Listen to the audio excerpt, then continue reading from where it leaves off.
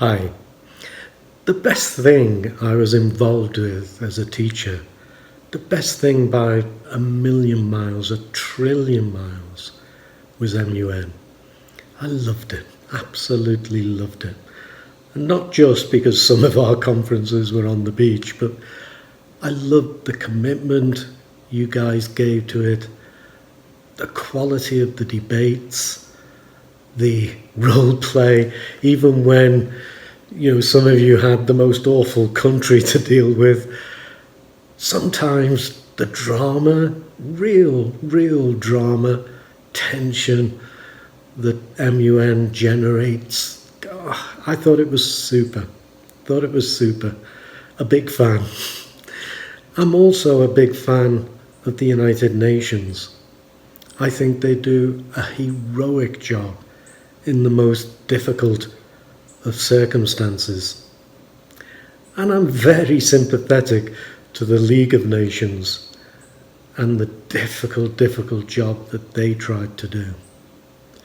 And it makes me think about those questions that ask you to judge whether the League of Nations was a success or not.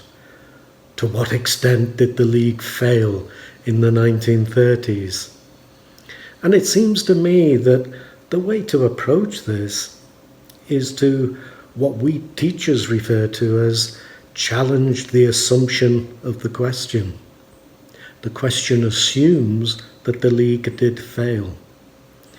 And one of the things I've always wrestled with the League, and whether it failed or not, is, how do we blame the League and not blame the individual nations? The League is only what the nations of the world allow it to be. America didn't even join the League. America failed the League. Britain and France failed the League.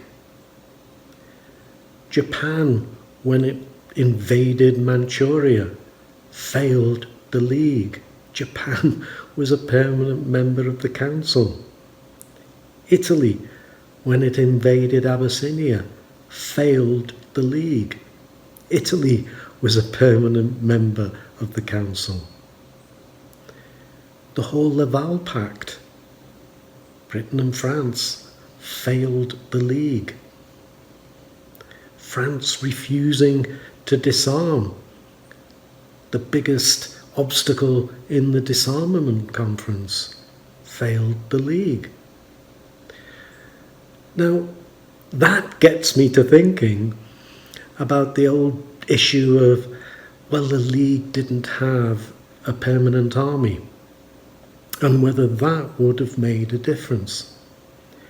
Because with a permanent army, politicians might have been more likely to have committed the League to defending Manchuria, Abyssinia, and others. Because, when we're asking a politician to commit troops to defend his own country or her own country, it's a big thing. People die in wars. It has to be for the right reasons. And then when you're asking a politician to defend another country thousands of miles away that really has no direct link with your own country, then it's an even bigger decision for that politician to make. So when we think of whether the League would have been better if it had had a permanent army, whether the UN would be better today with a permanent army, maybe it would have been. Maybe countries wouldn't have let the League down so much. It's worth thinking about. It could be knitted in to a good A-star answer. Good luck with that. Cheers.